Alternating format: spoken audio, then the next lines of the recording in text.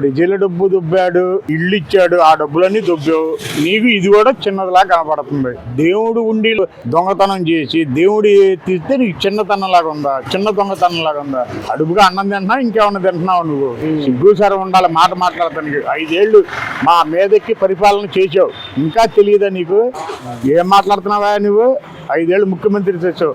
అది నీకు ఇంగిత జ్ఞానం ఉందా నీకు మాట్లాడేది విధానానికి? అంటే 9 నోట్లే కదా, 72,000 కదా, అది ఇదని మాట్లాడతాం. నీకు అంత కనబడుతుంది. నువ్వు దోచిందా అంటూ ఈ పెద్ద లెక్క నీకు.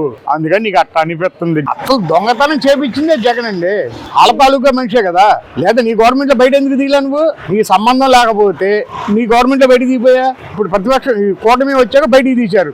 ఇప్పుడు శ్రీరంగ నీతులు కబుర్లు లెంగుతున్నావు ఎందుకు నువ్వు? నీకు అంత సినిమా లేదులే కానీ మూసుకొని ఇంట్లో కూర్చో. దేవుడితో పెట్టుకున్నవాడు ఏమైపోయాడు? ఏమి మిగలను కూడా మిగల్లా. మీ పరిస్థితి అంతే. వెంకటేశ్వర స్వామితో ఎవడో పెట్టుకోవద్దు. పెట్టుకుంటే పుట్టగతులు లేకుండా పునాదులతో సహా కబిలిచ్చి పారేస్తాడు వెంకటేశ్వర స్వామి. నువ్వు అది గుర్తు పెట్టుకుని మాట్లాడు. మీరు క్రిమినల్, మీ తాత కానించి మీరు చేసే రాజకీయాలు, మీరు చేసే మాటల్లో మీ అమ్మ దేశంలో ఎవడూ చేయడే బాబు.